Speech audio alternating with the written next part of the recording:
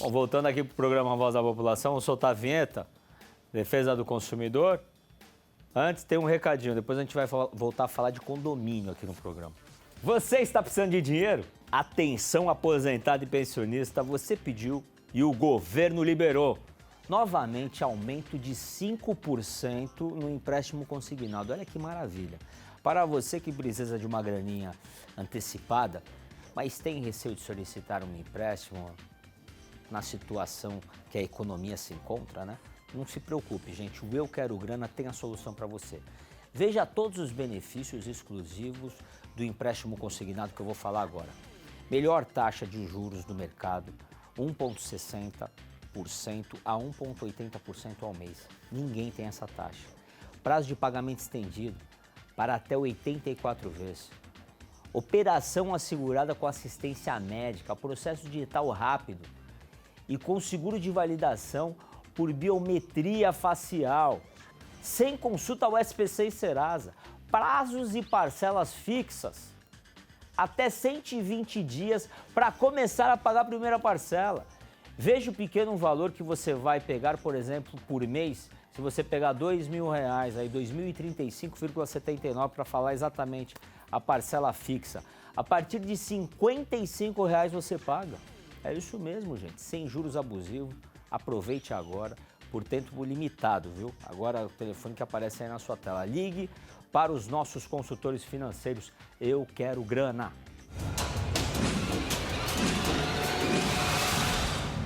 Doutor Samuel Soares, bom, a gente estava falando dos condomínios, né? A gente fala de condomínio, não é condomínio fechado, a gente fala do condomínio de uma maneira geral, de prédio, da residência, né? Nas comunidades. Porque também... É interessante, né? é interessante. Porque tá lá na comunidade, o cara não desliga o som de segunda a domingo, a polícia vai, a polícia sai e ele continua com o som ligado. A polícia sai, volta, continua com o som ligado. Alguma coisa precisa ser feita. E qual que é a saída, então, para a pessoa que está tendo problema com o condomínio? Chamar a polícia e fazer um boletim de ocorrência, que é a maneira mais fácil. Sim, com certeza. Esse é o caminho mais simples e objetivo para resolver essa situação. Mas, muitas das vezes, nem isso resolve. Então, a pessoa tem que entrar com uma ação judicial, uma ação de obrigação de não fazer. Que aí o juiz aplica uma multa cada vez que aquela pessoa descumpriu o que foi determinado na sentença. Sim. Né? Então, é uma alternativa também porque pesa no bolso daquele barulhento. Sim, e essas brigas elas podem parar na justiça também, com certeza. E aí ela pode processar até, de repente, o condomínio e querer algum benefício por isso. Porque se ela está perdendo sono, o síndico não resolve, chama a polícia não resolve. Ela entra com uma ação, de repente, às vezes, contra o condomínio. Pode ser uma saída também. Pode mover uma ação contra o condomínio, se o condomínio for omisso. Inclusive, ele pode também mover uma ação contra esse condômino antissocial, que a jurisprudência chama essa pessoa de antissocial, porque ele não sabe viver em comunidade, né?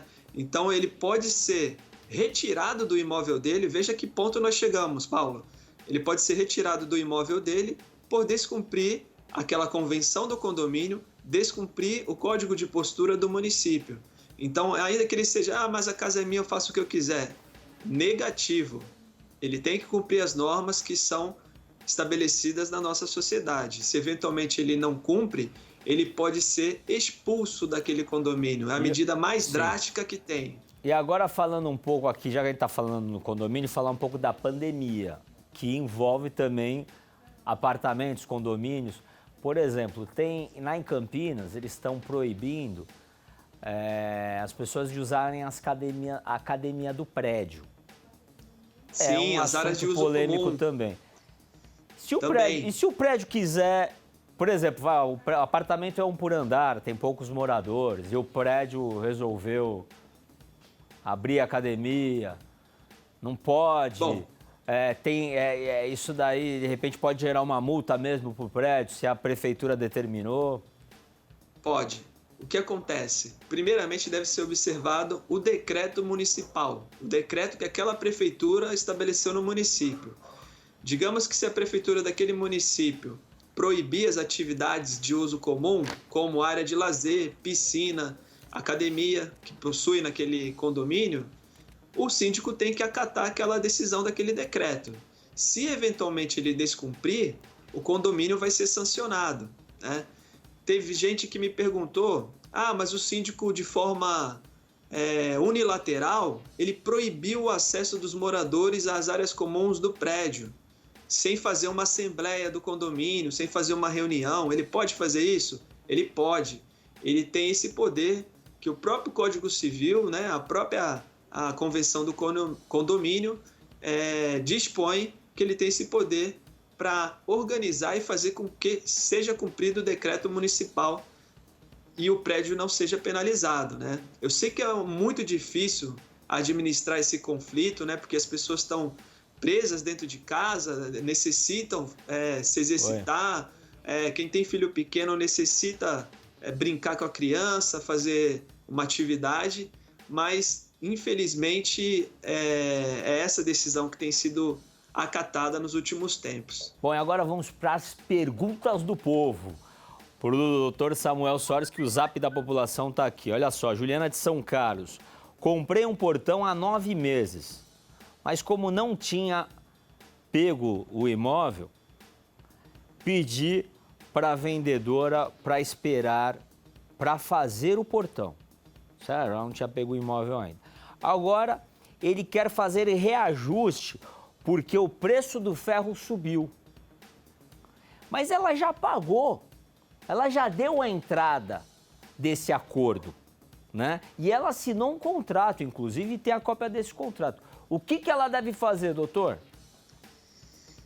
Paulo, essa situação tem ocorrido, especialmente quando se envolve matéria-prima de origem estrangeira, né? A gente sabe que o dólar tem subido e o ferro é um produto que também é importado. No caso dela, que ela já deu um sinal de entrada, já formalizou um contrato com um preço final, aquela proposta vincula o vendedor, né, o prestador daquele serviço. Então, esse reajuste que houve no valor da matéria-prima, ela não é obrigada a pagar, porque ela já tinha formalizado o contrato, e se esse contrato não prevê essa situação específica, ela fica desobrigada de pagar a eventual diferença nesse valor. Vamos falar da cidade agora de Barra Bonita. Quando a gente faz um empréstimo, tem que pagar algo para o Banco Central ou não? Não. Quando você contrata um empréstimo, você paga taxas de abertura de crédito, né, taxa de juros e de financiamento para a instituição financeira que você está contratando aquele serviço de empréstimo. Não tem nenhuma taxa específica para o Banco Central, não. Isso está equivocado. Sim, o telespectador deve estar fazendo algum empréstimo em alguma financeira aí, devem estar querendo cobrar ela. Bom, enfim, obrigado pela sua presença, por estar aqui nas quintas-feiras, doutor Samuel Soares, respondendo as perguntas da defesa do consumidor aqui no programa. Paulo, eu que agradeço o convite, é sempre um prazer para mim poder contribuir com o seu público, né, esclarecendo todas as dúvidas que lhe são enviadas. Um grande abraço a você.